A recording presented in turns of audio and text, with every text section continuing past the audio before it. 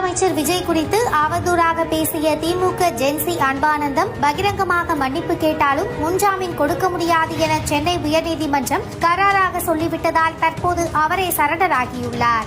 உயர்நீதிமன்றத்தை நாடினார். இனி இதுபோன்ற கருத்துக்களை பதிவிட மாட்டேன் என்று கூறி நிபந்தனையற்ற மன்னிப்பு கேட்பதாக அன்பானந்தம் நீதிமன்றத்தில் தெரிவித்தார். ஆனால் அவருக்கு முன்ஜாமீன் வழங்க முடியாது என நீதிமன்றம் கராராக சொல்லிவிட்டது.